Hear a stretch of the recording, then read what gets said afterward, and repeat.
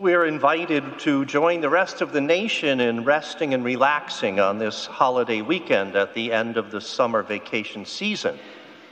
But ironically, at the same time, we're invited to focus on work and workers and just wages and decent working conditions. Out of love of neighbor, which we as Christians are always called to practice, it's only right then that we pray for these basic privileges in life, not only for ourselves and our families, but for all others.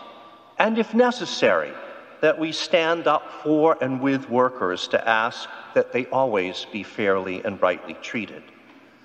But in our nation and our culture, there's a tendency to confuse our work, our profession, our trade, our livelihood with our purpose. And sadly then, many who work all their lives and then finally reach retirement, who find themselves out of work for some length of time for some reason, begin to feel like they don't have a purpose, that they're useless. And many actually can become quite depressed. That's why today's gospel is so timely as we come to Labor Day weekend, to call us all to make that important distinction between what we might do for work or as a profession and what we are called to do for life itself, even if retired or otherwise not employed. Take up your cross and follow me, says Jesus. Indeed, no matter our age, our stage, or station in life, no matter our employment status, we who have been baptized into Jesus Christ are called to be his disciples. This is what has to form our primary identity, whether we earn our living as a mechanic, a doctor, a farmer, a plumber, a teacher, or engineer. We are first and foremost followers of Jesus. And whether we are presently collecting an hourly wage, a salary, or a pension, our purpose still remains clear: to live each and every day, no matter where we find ourselves, making every effort to live in accord with Jesus' own manner of life, which, as the gospel makes clear, is the way of the cross, the way of sacrificial love. This implies always being willing to go that extra mile, no matter the cost to ourselves, in order to be a blessing to others. So this is the challenge before us, to discern what that really means. And while none of us can sacrifice such that we're going to save the whole troubled world, yet we can and should contribute something to the greater good of that part of the world that we occupy, the circles in which we live and move each and every day. We are asked as Christians to identify what are the needs right before us and how can we fill those. And when we do identify them, we should not hesitate to step forward to do whatever we can do to help. So while this is certainly our purpose, each and every one of us as individual believers, it's also ours collectively as a community of faith that we call a parish. Certainly, Christ the King Parish has a solid reputation for doing just that, as our charitable good works for others in this wider community are very, very well known. Indeed, through the generosity of many to the Matthew 25 Fund, we are able to assist those who come to us in need, asking for help with their utilities, their transportation, their housing. And our Vincentians are able to manage and operate our weekly food pantry that helps feed 80 to 100 households on most weeks of the year. This is an essential charitable work that we as a community of faith provide to the greater Mashpee area.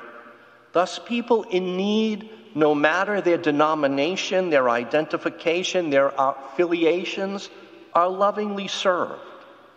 Food insecurity, that is the anxiety of not knowing where you will find enough food for yourself or your family, which affects the working poor and others on very low fixed incomes, is both painfully dehumanizing and at the same time a very dangerous situation to face. So while most of us here, thankfully, will not have to face that kind of anxiety, at least on any regular basis, still we have to empathize with those who actually do.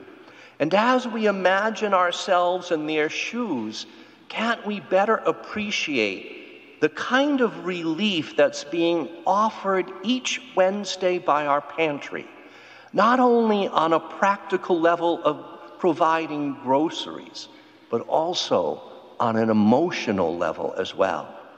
Truly then, this is an act of sacrificial love being done in the name of the parish because we are followers of Jesus Christ.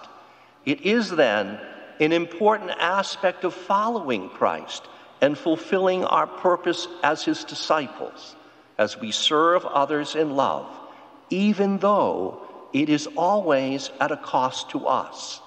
But that is what is meant when Jesus asked us to be willing to take up the cross.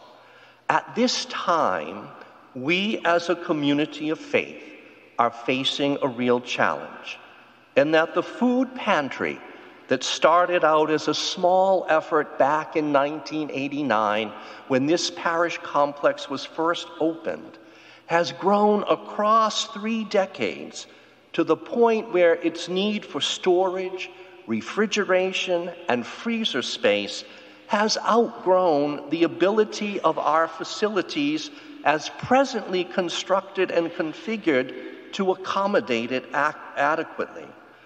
So, having foreseen this challenge brewing over the past several years and considering various ways to address it, we finally seem to have arrived at the best plan of how to house our food pantry and at the same time alleviate the stress on our storage spaces and even that on the use of our parish hall and stage. If you haven't already, you will soon receive an informational packet on this problem and the plan we have devised to address it, so that we can continue to host a pantry that can meet the needs of the wider local community and not interfere in our ability to conduct parish programs or host parish functions at the same time. Deacon Tom Palanza is present with us. He proclaimed the gospel. In addition to fulfilling his purpose in life, in the Christian vocations of husband and father and deacon, in his professional life, he is a designer and constructor of facilities, in particular for our diocese. Some of you will be aware that he was in charge of the renovation of our very church that we enjoy today. Deacon Tom is prepared to present a plan for our pantry in the hall after Mass this evening. And so we encourage you to come, enjoy a glass of wine and some snacks, and through a brief but very informative presentation, learn what we hope to accomplish in the near future.